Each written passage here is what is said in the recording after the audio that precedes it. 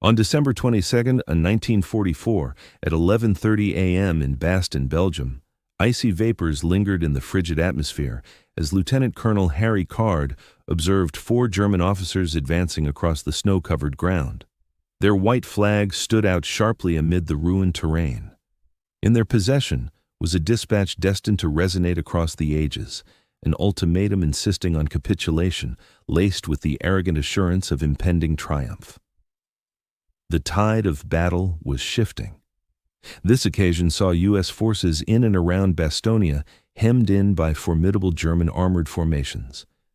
The sole way to spare the besieged American soldiers from utter destruction lay in the dignified capitulation of the encircled settlement. The German envoys stood with utter assurance. They had ample cause for such poise. Some 18,000 U.S. personnel found themselves cut off, enveloped by roughly 30,000 German fighters backed by scores of armored vehicles. No provisions could penetrate the perimeter. Harsh conditions had kept all Allied planes on the ground. The closest rescue units lay more than 100 miles distant. Unbeknownst to them, 130 miles southward, General George S. Patton had issued a vow so bold that even Eisenhower dismissed it as jest. A commitment demanding the repositioning of a full Army Corps across brutal wintry obstacles at a pace unmatched in military annals. The equations of combat stood poised for overhaul, not through greater manpower or superior gear, but via the clash of Teutonic hubris against Yankee resolve and the raw boldness of a commander who scorned the notion of impossibility. The shift commenced 6 days prior, amid the pitch-black hours before dawn on December 16, 1944. Right at 5:30 a.m., the Ardennes woodlands burst into fury unseen on the Western Front since 1940. Some 1,600 German cannons unleashed a barrage at once across an 80-mile stretch, projectiles howling through the chilled sky toward unprepared U.S. outposts. One such position held Private First Class Robert Lakey of the 99th Infantry Division, who later noted in his journal, "The ground trembled under our feet. Trees burst apart in shards. The atmosphere itself appeared to wail. We'd heard the Germans were done for. That intel proved false." This assault marked Operation Watch on the Rhine, Hitler's final frantic bid to turn the conflict's momentum. Under utmost concealment, the Wehrmacht had gathered 410,000 personnel, 1,400 tanks and self-propelled guns, plus 2,600 cannon pieces. They had shuttled this colossal assembly via the thick Eifel woods under cover of night, enforcing wireless blackout and relying on equine transport for logistics to mute mechanical sounds. Major General Hasso von Manteuffel, leading the 26th Volksgrenadier Division, documented the prelude to the onslaught. The troops lingered motionless in the gloom, their exhalations crystallizing into misty veils ahead. They grasped the gravity involved. This wasn't merely another push. It represented our final shot at reversal. The aim centered on the frailest segment of the Allied defenses. 4 U.S. divisions stretched taut over rugged landscape, numerous units fresh to the fray or rebuilding after prior clashes. The attackers secured total operational shock. In mere hours, whole American outfits fell or fell back in disarray. Yet the Teutonic blueprint hinged on one vital factor: velocity. They aimed to seize the crucial crossroads at Bastogne inside 48 hours. 7 principal routes met there, pathways essential for German armor to push toward their chief goal, the harbor of Antwerp, 125 miles off. Lacking Bastogne, the whole campaign risked grinding to a halt.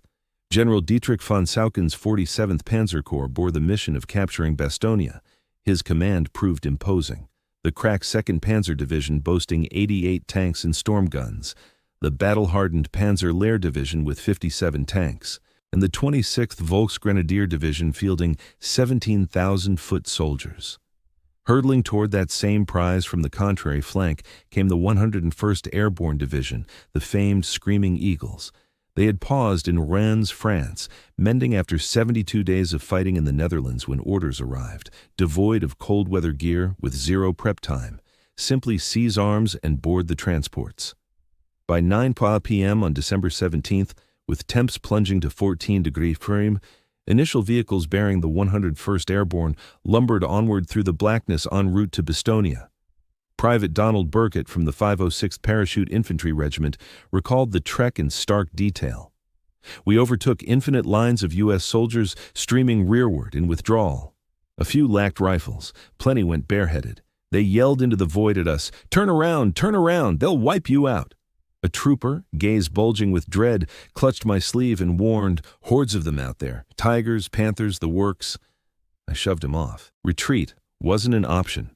The procession snaked for miles, 380 vehicles ferrying the outfit through the gloom. They remained clueless about the peril awaiting. Charts were in short supply, reports clashed, their sole certainty: arrive at Bastogne ahead of the foe. The 101st Airborne Division. The unit boasted an operational force of 85 officers and 1135 troops, amounting to 1,140 in all. Among its components were 4 infantry outfits, the 5001st, 510th, and 56th Parachute Infantry Regiments, as well as the 327th Glider Infantry Regiment, supported by 4 artillery battalions and assorted auxiliary groups. Advance units from the 501 PIR arrived in Bastogne by 11:30 p.m. on December 18th, narrowly outpacing the primary German advance by mere hours. Meanwhile, Team December, drawn from the 10th Armored Division and led by Major William de Sudbury, had set up a blockade about 3 miles north of Bastogne at Nauvoo. At first light on December 19th, they clashed with the leading German units. Sergeant William McCloskey, who commanded a tank in Team Dory, recounted the opening skirmish. The mist hung so densely that visibility stopped at 50 yards. Suddenly, the low growl of German vehicles echoed through.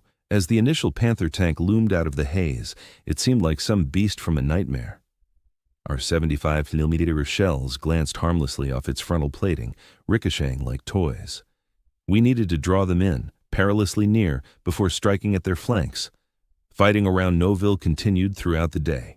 Team Deseri, equipped with only 15 Sherman tanks, confronted the full might of the 2nd Panzer Division. They resisted for 48 hours, knocking out 31 enemy tanks prior to receiving orders to pull back. Major Desri suffered grave injuries from a German round that struck his headquarters, yet his efforts secured vital delays. On December 20th, a fresh leader stepped into Bastogne. Brigadier General Anthony Clement McAuliffe took over interim command of the 101st Airborne in Maxwell Taylor's absence, who was in Washington. An artillery specialist by background, McAuliffe earned a reputation for steady nerves amid chaos. He would draw on that resolve fully in the trials ahead. The tactical display in McAuliffe's command center painted a bleak picture. Enemy troops pressed from 3 sides. The 26th Volk Grenadier Division seeped in from the south and east. Panzerlehr advanced from the east. Parts of the 2nd Panzer Division loomed from the north. By midday on December 20th, the final route into Bastogne, the road to Neufchâteau, fell under enemy control. Captain Richard Winters, leading Easy Company of the 506 PR, deployed his soldiers into defensive pits ringing the area. German armor rumbled audibly in the night shadows outside our positions. Troops deepened their holes with helmets and fingers after shovels snapped in the icy soil. Temperatures hovered near zero. Frostbite had already blackened soldiers' feet. Within Bastogne, some 3,000 locals crammed into basements while German guns methodically leveled the settlement. René Lammer, a 30-year-old Belgian medic, labored without pause at the aid post on Runos Château, tending to injured from both sides. She perished during the encirclement. Bastogne's garrison now tallied around 18,000 fighters. This encompassed the 101st Airborne Division's 11,840 members, Combat Command B from the 10th Armored Division, headed by Colonel William Roberts, with roughly 40 working tanks and 2,800 personnel, the 705th Tank Destroyer Battalion's M18 Hellcats, the all-black 909th Artillery Battalion, and additional gun and backup formations. December 21st broke under cover of less than 100 yards sight. A heavy fog blended with falling snow, forming an opaque veil that halted nearly all motion. The U.S. Army Weather Summary labeled the environment as highly unfavorable for combat maneuvers. For the Germans, such conditions proved invaluable. They kept Allied aircraft aloft, sparing their supply lines the pounding from D-Day onward. Oberst Lieutenant von Lau, overseeing parts of the 2nd Panzer Division, observed, The elements fight on our side. Lacking air support, the Yanks become ordinary fighters like ours, though ours outnumber in armor. Yet the climate hindered both parties. German vehicles bogged down in the slush from repeated thaws and frosts. Fuel use surged twofold amid the sludge. Delivery vehicles skidded out on slick paths. Casualties succumbed to the cold before help arrived. Within Bastogne's lines, shells were in critically short supply. Guns fired just 10 shells each daily. Bandages and drugs were nearly gone following the loss of the medical unit on December 19th. Painkillers like morphine went solely to the worst cases. Rations shrank to a single daily feeding. Private First Class. James Sims from the 101st remembered later. Snow served as our drink. The fellow beside me in the pit couldn't free his feet from his footwear. They'd fused. When the corpsman sliced them away, the digits stayed attached. He shed no tears. Numbness had overtaken him. Some 130 miles south in Verdun, an entirely contrasting episode played out on December 19th. Amid a chilly, moist French billet warmed by one squat stove, Supreme Allied Commander Dwight D. Eisenhower summoned an urgent gathering of his highest officers. The space brimmed with the elite leadership of the leaders of the Allied Command. Field Marshal Bernard Montgomery, Lieutenant General Omar Bradley, and Lieutenant General George S. Patton had gathered. Major General Kenneth Strong, who served as Eisenhower's top intelligence officer, had wrapped up his update on the German advance through the lines. A heavy quiet hung over the group afterward. Eisenhower shattered it with a statement that captured the U.S. strategy ahead. "We ought to view this crisis as a chance for victory rather than a catastrophe. Expect nothing but positive expressions around this table." Patton flashed a wide smile right away. "Damn right. Let's muster the courage to send those bastards straight to Paris. That way, we'll trap them fully and tear them apart." Eisenhower grew grave. "George, your mission is to strike northward. How soon can you pull back from your ongoing push and swing toward Bastogne?" What came out of Patton's mouth next left every commander in the room astonished. "I can launch an assault with 3 divisions within 48 hours. Shock rippled through the space. Air Chief Marshal Arthur Tedder even chuckled outright, imagining shifting a whole corps 90 degrees in winter over 100 miles of frozen paths in just 48 hours. It defied belief. Eisenhower's cheeks reddened. "That's absurd, George. If you rush in that soon, you won't have all 3 divisions assembled, and you'll advance in fragments. You'll get wiped out." Yet Patton spoke no empty brag. Over the previous 3 days, his sharp-minded operations expert, Colonel Oskar Koch, had alerted him to the swelling German presence in the Ardennes. Patton had quietly drafted 3 distinct plans tailored for this very scenario. He had already stocked fuel depots, ammo reserves, and aid facilities along likely paths heading north. "I'm not joking, Ike," Patton said steadily. "I've given initial directives already. My team is plotting 3 potential paths forward. Just give me the go-ahead." He unfolded a chart and pointed out the trajectories to Eisenhower. "I'll deploy Milliken's 3 Corps. The 4th Armored will spearhead, trailed by the 26th and 80th Infantry Divisions. We'll slam into them from Arlon and push clear to Bastogne." Eisenhower examined the layout. The span seemed immense. Conditions were wretched. Highways gleamed with frost. Still, Bastogne required rescue. "When do you begin?" "Dawn on December 22nd. Make it happen." As Patton departed the session, he radioed his base using a coded phrase they'd set up: "Play ball." That simple signal triggered one of the boldest tactical shifts in warfare's annals. In mere hours, 133,000 vehicles started rolling northward. The full Third Army, 250,000 troops, faced a total redirection. Stockpiles meant for a drive into Germany needed shifting. 20,000 miles of phone lines required relaying. Gun emplacements aimed one way had to be retooled entirely for the opposite. Lieutenant Colonel Creighton Abrams, leader of the 37th Tank Battalion in the 4th Armored Division, got his instructions at 7 p.m. on December 19th. His outfit covered 150 miles in 19 hours amid a raging snowstorm. "We pressed on with dimmed lights all through the dark," he remembered later.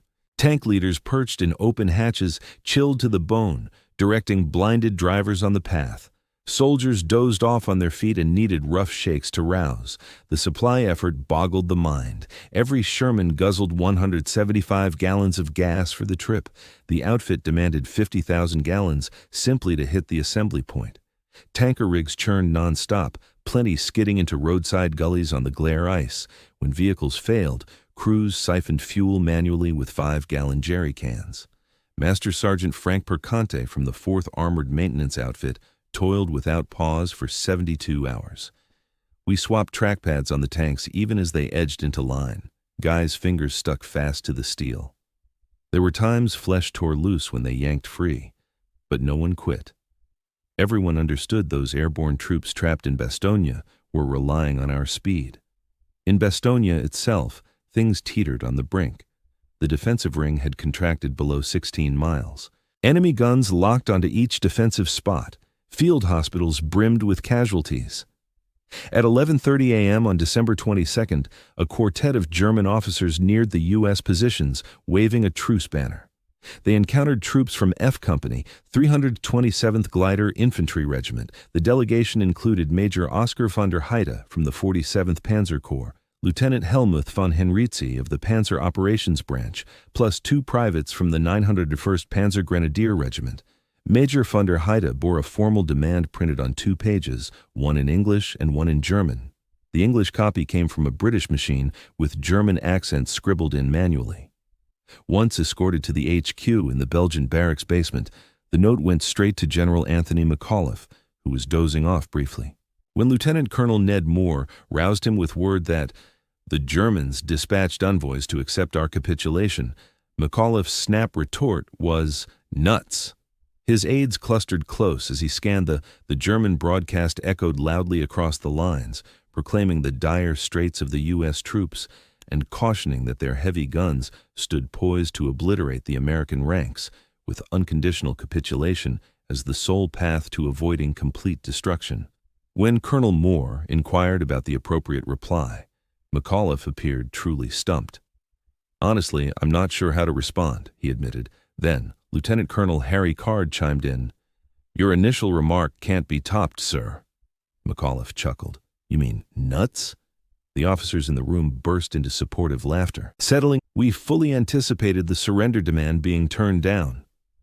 The Germans wasted no time in retaliating against McAuliffe's bold dismissal, striking hard and fast. That night, the Luftwaffe unleashed its initial large-scale aerial assault on Bastogne. For the soldiers hunkered in their dugouts, it felt like a glimpse into infernal torment. Corporal Walter Gordon from Easy Company captured the chaos of the barrage. The earth trembled as if in a seismic upheaval. Trees ignited in blazes. Fragments of metal buzzed overhead like furious wasps. We flattened ourselves against the icy soil and whispered pleas. The mercury dropped to around 10 degrees. Along the defensive lines, troops alternated rest shifts to avoid succumbing to the chill. They resorted to relieving themselves in discarded supply tins instead of venturing out. Even brief exposure risked fatal shots from enemy marksmen or severe cold injuries. Provisions were critically scarce. The standard daily allotment was a single K ration, delivering roughly 2,800 calories, far short of the 4 dozen required amid such harsh winter conditions. GIs figured out how to repurpose the waxy cardboard from supply crates. It smoldered steadily enough to melt snow from a canteen into usable liquid. Technical Sergeant Donald Malarkey came up with an ingenious workaround. We realized those deceased German steeds, hundreds littered the area, were iced over but still viable as protein. Using our knife blades, we'd carve off portions and roast them on blazes fueled by splintered ammo crates. The flavor was awful, but it sustained us. On December 24th, a mix of optimism and dread descended on Bastogne. Skies started to brighten at last, sparking expectations for airdrops. Yet, this opening also allowed the Luftwaffe to mount its fiercest onslaught yet. Precisely at 8:30 p.m. on Christmas Eve, enemy aircraft darkened the horizon above the town. One explosive struck dead center on the medical outpost where René Lemaire worked. The structure crumbled instantly, burying scores of injured fighters and caregivers beneath debris. Corporal Kenneth Moore stood nearby at the moment of impact. The blast rang out, and I dashed to the site, he recalled. What was once the aid post lay reduced to a mound of wreckage. Muffled cries drifted up from below, soldiers pleading for aid, some summoning their moms. Through the dark hours, we clawed at the ruins with our fingers, extracting the fallen. Miss Lemaire perished. She had refused to abandon the immobile patients. That single raid claimed 30 U.S. lives, including the Belgian caregiver who embodied resilience for the hurt. Augusta Chiwi, another Belgian nurse of Congolese descent, endured the strike and pressed on, tending casualties non-stop for 30 hours straight. As the holiday eve gave way to December 25th, Patton's Third Army pushed onward amid raging snowstorms. The offensive, kicked off 2 days prior on the 22nd, lagged badly. The 4th Armored Division managed just 7 miles over 3 grueling days. Patton, ever the maverick in tactics, had called in his spiritual advisor, Colonel James O'Neill, back on the 22nd. "Padre," he urged, "draft a supplication for clear skies. I'm fed up with my men battling muck and deluges on top of the enemy. See if you can rally the Almighty to our cause." O'Neill hesitated. "General, that'll demand some serious divine pull." "Doesn't matter if it requires a magic rug," Patton snapped. "Just produce a plea for favorable conditions." The invocation appeared on 250,000 slips of paper, handed out to all in the Third Army.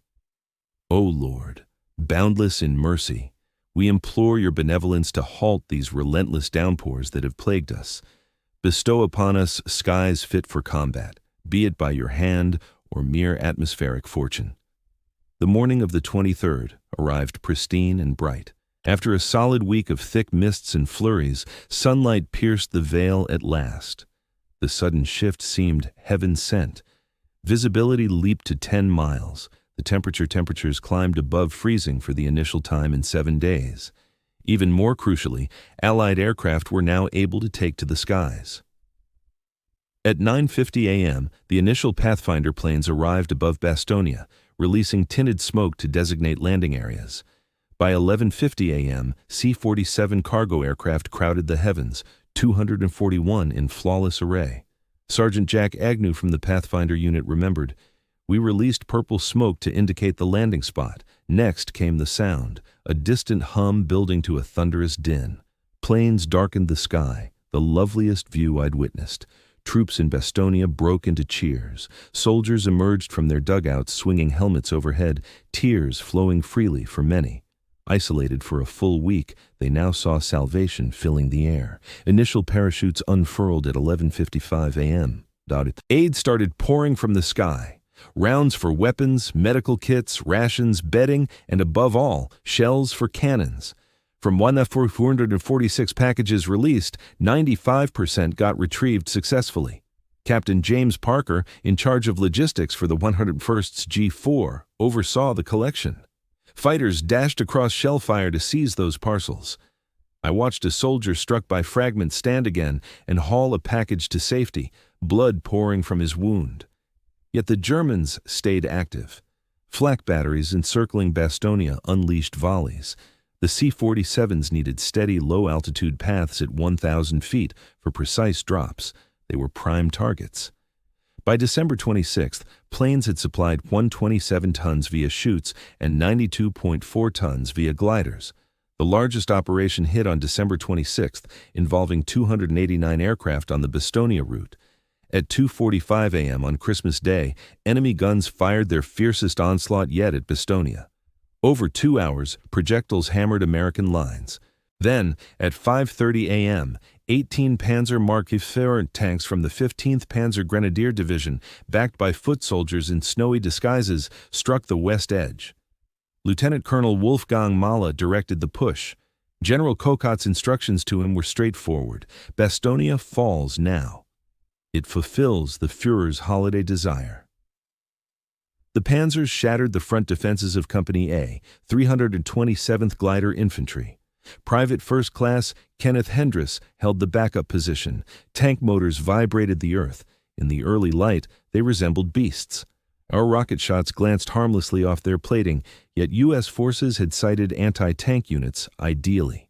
The M-18 Hellcats from the 75th Tank Destroyer Battalion lurked in ruined structures. As the panzers advanced, they fired from the sides. Sergeant Bill Harper led one Hellcat. We allowed them to proceed, then struck their rear where plating was weakest. My loader, Corporal Johnson, shone. 5 blasts, 3 destroyed. By 10:00 a.m., every one of the 18 enemy tanks smoldered in ruin. Almost 400 German troops sprawled lifeless in the drifts. A detained enemy captain informed questioners, "Your resistance was superb. We realized this dawn that Bastogne was beyond capture." General McAuliffe shared his holiday address with the ranks, recapping the foe's capitulation request and his response, then noting, "We've halted every assault hurled at us from north, east, south, and west." On December 26th at 4:00 p.m., Lieutenant Charles Bogus, skipper of Sherman Tank Cobra King in the 37th Tank Battalion, scanned via his scope toward the Belgian hamlet of Assaninoa, merely 4 miles from Bastogne. For 4 days, the 4th Armored Division had battled enemy holdouts, gaining ground inch by grueling inch. The climactic charge kicked off at 2:20 p.m. Lieutenant Colonel Creighton Abrams sent his unit ahead while demanding barrage cover. "Fire all available barrels," he signaled. Soon, 2,340 shells pounded spots near Assaninoa. Bogus remembered the scene. "I spotted German fighters fleeing their pits as our fire swept across." Once the pounding ceased, Abrams commanded, "Advance!" We surged onward at top pace, cannons roaring. Private James Hendress, front machine gunner in Cobra King, recounted the surge. "We tore through that settlement effortlessly. Foes fired from every opening, windows, entries, all around. Our 75mm cannon pivoted wildly, blasting structures up close." At 4:50 p.m., Cobra King topped a slight hill, and Bogus spotted U.S. troops ahead. They belonged to the 326th Airborne Engineer Battalion, guarding Bastogne's external line. "Join us," the sappers yelled. "First armor in 10 days." Bogus alerted Abrams. Link-up with Allies achieved. The blockade shattered, though the toll was devastating. The 37th Tank Battalion endured 5 dead, 22 injured, and 5 unaccounted in the push. The 53rd Armored Infantry Battalion took 30 fatalities and 180 casualties. Still, the pathway, narrow at 400 yards, lay clear. Word of the rupture raced through. The news of the rescue swept across Bastogne like a raging blaze. Troops who had rationed their bullets down to the last one unleashed full magazines skyward in jubilation. Injured fighters in the field hospitals raised their voices in cheers, ignoring their agony. General McAuliffe, true to his steady demeanor, merely remarked, "We're glad to see you boys." For the German side, however, the blow landed with crushing force on their mindset. Major General Kokot recorded in his journal, "Bastogne's relief spells catastrophe. Not only in strategy, but in morale. Our troops no longer trust in victory. They've witnessed American resolve, and it has shattered their will." Oberst Kaufmann from the Panzer Division put it more harshly. "We hurled all our resources at Bastogne, elite units, final stockpiles of armor and shells. And what did we get? They stood firm, and when we called for capitulation, they mocked us. Nuts." That one word inflicted more harm on German spirits than countless explosives. The garrison began with roughly 18,000 personnel. By December 26th, the 101st Airborne Division's losses from December 19th to January 6th amounted to 341 dead, 1,691 injured, and 516 unaccounted for. Combat Command B of the 10th Armored Division endured about 500 casualties. The 705th Tank Destroyer Battalion took out 108 enemy armored units while sacrificing just 17 Hellcats. Around Bastogne, German casualties proved ruinous. The 26th Volksgrenadier Division absorbed over 60% losses. Panzerlehr forfeited 42 tanks. The 2nd Panzer Division, which skirted Bastogne en route to the Meuse River, stalled just 4 miles short due to fuel shortages and got wiped out by the U.S. 2nd Armored Division. On December 27th, skies cleared dramatically, unleashing the overwhelming force of Allied aviation. Between December 23rd and 27, Allied planes logged more than 34,000 missions.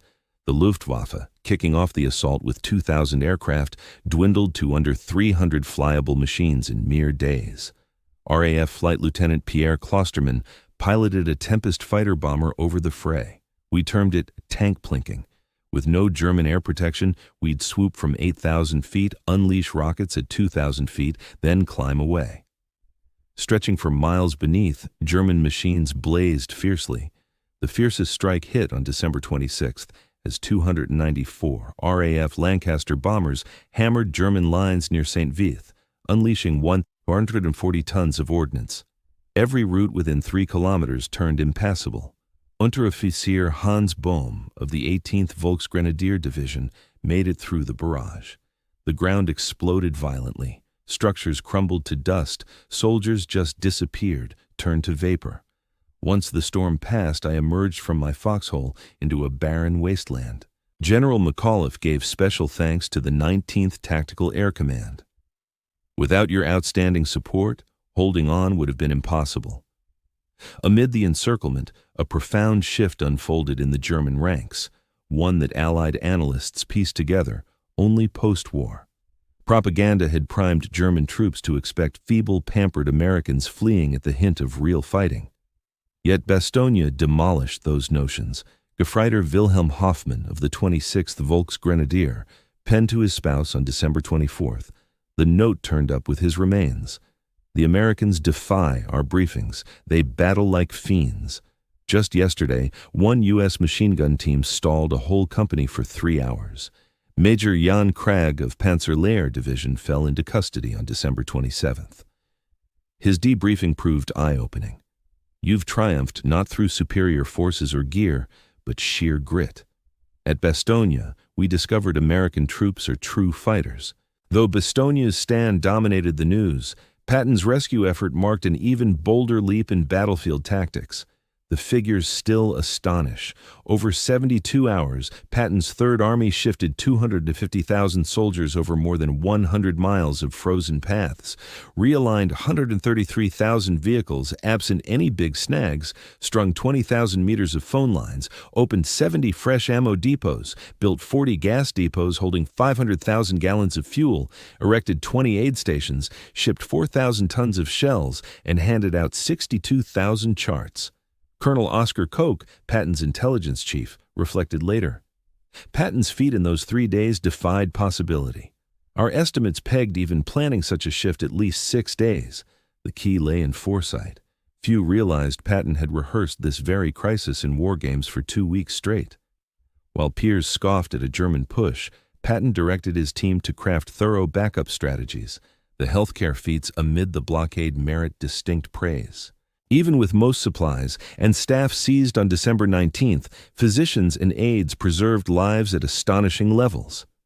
Major René Bowman, lead surgeon for the 101st Airborne, performed, in just 10 days, medics handled 167 surgeries, often lacking adequate anesthesia. When power generators gave out, we performed operations under candlelight. With morphine depleted, we resorted to cognac sourced from local Belgian residences. Technical Sergeant Eugene Rowe from Easy Company cared for more than 200 injured troops amid the encirclement, frequently braving shelling to aid the fallen. He always went unarmed, bearing solely his aid kit. The valiant hold on Bastogne, bolstered by Patton'S timely rescue effort, rippled far wider than mere battlefield success. Hitler's bold push, designed to divide Allied forces and seize Antwerp once more, ground to a halt. Field Marshal Gerd von Rundstedt, the top German leader in the West, confessed during his post-war questioning. Bastogne marked the tomb of the Ardennes assault. That crossroads was essential by December 18th. Once the Yanks resisted for a full week before reinforcements arrived, we realized the campaign was doomed. The Germans poured their full strategic reserves, 25 divisions, into the attack. Over 6 weeks of combat, they endured 81,000 to 98,000 losses, forfeited more than 600 tanks and self-propelled guns, and saw 1,000 planes destroyed.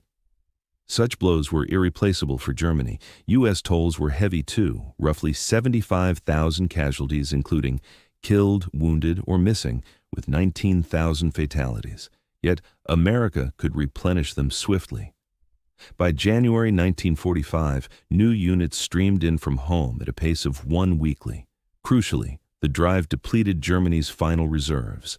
As the Red Army unleashed its January 12, 1945, winter push, no major forces remained to redeploy eastward. The route to Berlin lay exposed. The clash at Bastogne forged enduring myths. McAuliffe's famed nuts retort lodged itself in U.S. military lore as the ultimate symbol of resistance. Patton'S dash to the rescue turned into a classic case in global military academies. In December 1984, survivors from opposing armies gathered in Bastogne for the 40th commemoration. Old foes reunited as allies. At 87, General McAuliffe delivered the main address. Our fight here wasn't about domination, but liberty. It stemmed not from animosity, but obligation. In the aftermath, we aided in restoring what conflict had ravaged. Hans Detmer, a former soldier from the 26th Volksgrenadier Division who joined the reunion, reflected, "Back in 1944, I arrived as an invader. Now I come as a companion. The Americans we battled revealed true democracy, not frailty, but fortitude." Overlooking Bastogne today rises the Martyrs Memorial, a star-formed edifice saluting the 76,090 U.S. troops lost in the Battle of the Bulge, each December 16th at precisely 5:30 a.m., the instant the German surge started. Bells peal across the area. In the central plaza rests a Sherman tank barricade from the 11th Armored Division. Kids clamber over it now, the very plating that freed their forebears.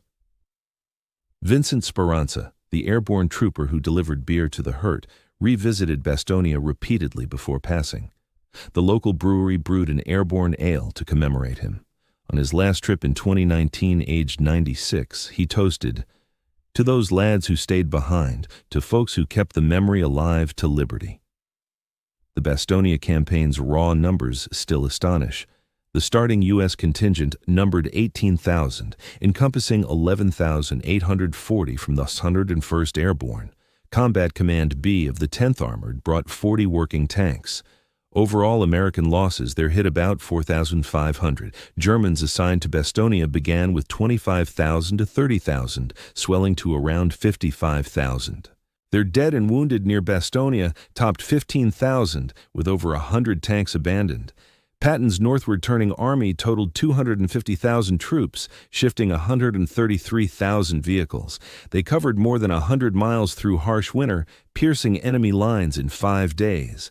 Airlifts delivered 1,200 tons via 961 C-47 flights, peaking at 241 on December 23rd. 95% of parachuted goods were retrieved. Weather logs show 168 straight hours under freezing, dipping to about 10 degrees. From December 19th to 22nd, sightlines shrank below 100 yards. Skies cleared starting December 23rd. Winston Churchill, speaking to Parliament in January 1945, proclaimed, "This stands as the war's paramount American engagement and, I trust, will be hailed as an eternally renowned U.S. triumph." Field Marshal Bernard Montgomery conceded, "The Yanks at Bastogne penned one of history's noblest military tales. Their resolve will echo wherever valor is cherished. Yet the sharpest homage may hail from ex-Wehrmacht General Heinrich von Lüttwitz, whose 47th Panzer Corps had hemmed in Bastogne." In 1954, at the memorial, he paid respects and stated, "They proved superb adversaries who evolved into finer comrades. Their war was for ideals, not empire. That's why victory was theirs by right." The Nazi troops who once ridiculed the pinned-down Americans at Bastogne absorbed a deep truth during those icy December days of '44. They discovered that ordinary citizens battling side by side possess greater might than any force driven by imperial ambitions. They realized that sheer willpower outweighs sheer quantity. They understood that once democracy faces its darkest hour, it retaliates with an unyielding power no despotism can rival. The liberation of Bastogne serves as irrefutable evidence that liberty, under genuine peril, inevitably summons its defenders. Back in December 1944, those defenders donned the Screaming Eagle insignia of the 101st Airborne and the triangle emblem of Patton's Third Army. They hailed from Iowa farmlands and New York slums, Texas cattle spreads, and California assembly lines. They embodied America itself. Perched on a serene slope beyond Bastogne is a foxhole maintained in its precise state from December 1944. Next to it, a plaque displays a straightforward engraving, uttered by an anonymous young paratrooper whose identity has faded from records, yet whose resolve endures eternally. They've got us surrounded. The poor bastards. That bold resistance, that staunch rejection of surrender amid what appeared to be inevitable loss. Such was the essence of Bastogne. It formed the backbone that repelled oppression. It summoned Patton'S armored columns thundering across the frost-covered ground. And at the pivotal instant, with liberty teetering on the edge, their response, a single word destined to resound across the ages. Nuts. The enemy's derision perished amid the drifts near Bastogne, entombed under the roar of Patton'S charging vehicles and the indomitable will of encircled airborne troops who steadfastly declined to yield. In its stead emerged deference, evolving into esteem and ultimately camaraderie. The bulwark of democratic ideals had endured. The storehouse of liberty had prevailed, ensuring in that victory the destiny of the open world.